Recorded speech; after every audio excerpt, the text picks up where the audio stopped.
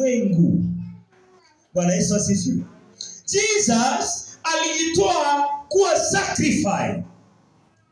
Manake kuna sacrifice ilikuwa inatolewa mwakani ambayo haikuweza kukamilisha, haikuweza kusafisha dhamira ya wanadamu. Makosa ya wanadamu ilikuwa inakumbukwa kila mwaka. Lakini maandiko yanasema lakini Jesus alipokuja, aliyekuwa ni mkuu wa mambo mema yatakayokuwa. Bwana Yesu asifiwe.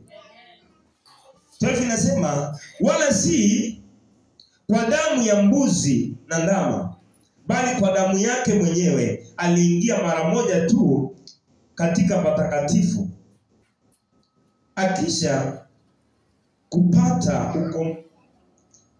kupata ukombozi wa milele. Bwana Yesu asifiwe.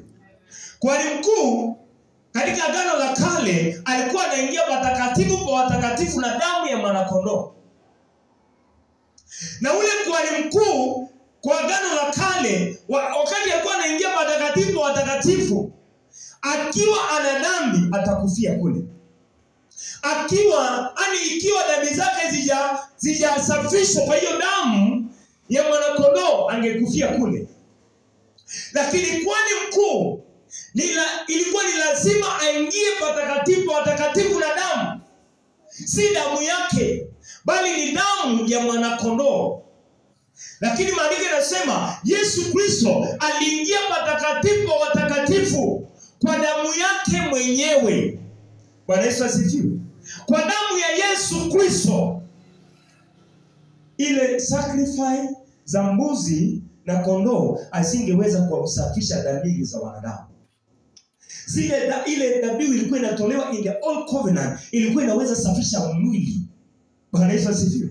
Lakini haikuweza kusafisha nafsi ya mwanadamu. Haingeweza kusafisha hiyo dhamira ya mwanadamu iwe safi.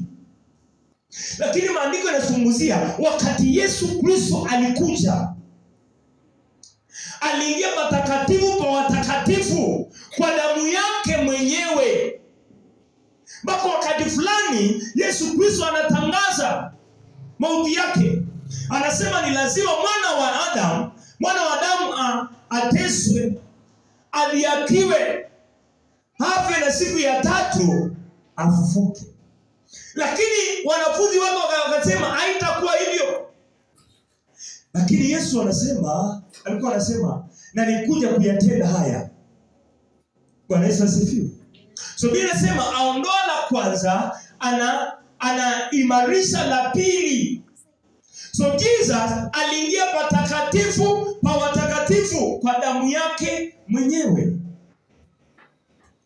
Bwana Yesu asifiwe. Biblia inasema kwa Hebrews chapter 10 verse 1 nasema basi Torati kwa kuwa ni kivuli cha mema yatakayokuwa